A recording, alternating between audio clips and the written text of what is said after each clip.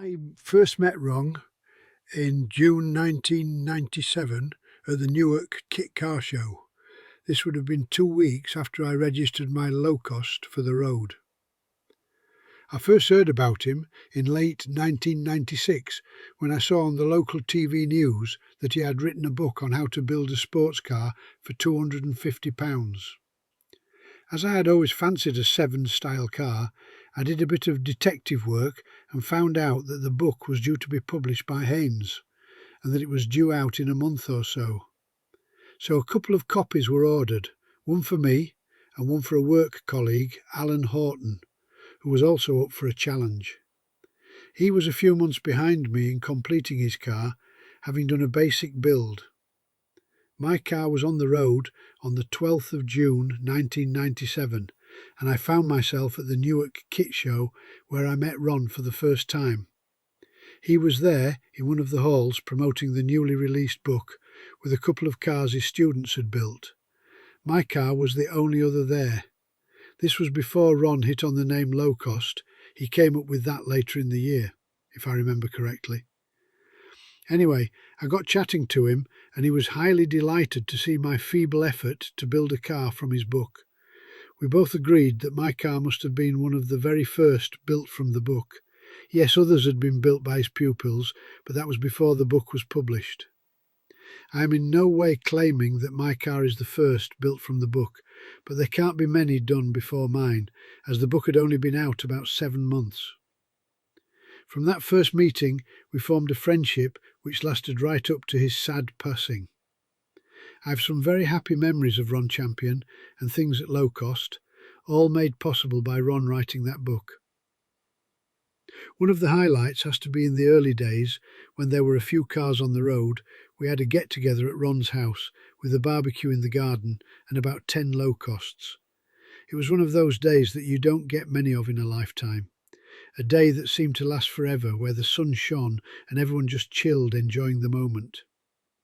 A photo of this day can be seen at the front of the second edition of the book. As I said earlier, my car was up and running by June 97, but it took a further 12 years to get up to a reasonable standard, with various modifications and improvements carried out over the years. Shortly after I fitted the rebuilt engine, we had a day at Bruntingthorpe Airfield, along with a dozen other Locosts, filming something for a TV programme. Unfortunately, I can't recall what. One day he contacted me saying that he had a couple of chaps coming over from abroad to interview him, and asked if I and my previously mentioned colleague, Alan Horton, would take our cars over to his place to show these chaps, which we duly did, taking them for a spin round the lanes near Ron's house. On another occasion, both Alan and I took our cars to his workshop for use, while he was interviewed by a film crew from a college or university as part of their degree course. Another lovely day was a trip to Silverstone. I think it was a practice day for a low-cost race series round. I may be wrong there, though. Alan and I, along with a couple of others, picked Ron up from his house. Ron rode with me in my car to Silverstone, where we had a grand time. More recently, though, on the 2nd of June 2024, I took Ron down to the Kit Car Show at Malvern, where he was interviewed by John Minion for the Low-Cost Kit Car Owners Group and 7-Spot Facebook groups. Ron had been invited there as a guest, but didn't feel able to drive himself there. There are other happy memories that I shall no doubt recall after I've posted this. One other that makes me feel proud is that one day Alan and myself were with Ron discussing things low cost, and Ron said to us, "Do you guys realise that you are not low-cost builders, you are low-cost pioneers?" That comment from the great man himself made both of us feel extremely proud. As some of you will probably know, I sold my Locost in 2013 and had a brief dalliance with an MX-5, a car that Ron also had a soft spot for. In fact, the car that he has been driving up till his death was an MX-5, an automatic one which he said was a bugger for him to get into because of his ailing health, but was worth the struggle once inside it. A year ago on Monday, the 18th of August 2024, Noddy, my Locost, came back home. I had the opportunity to buy him back, so I did.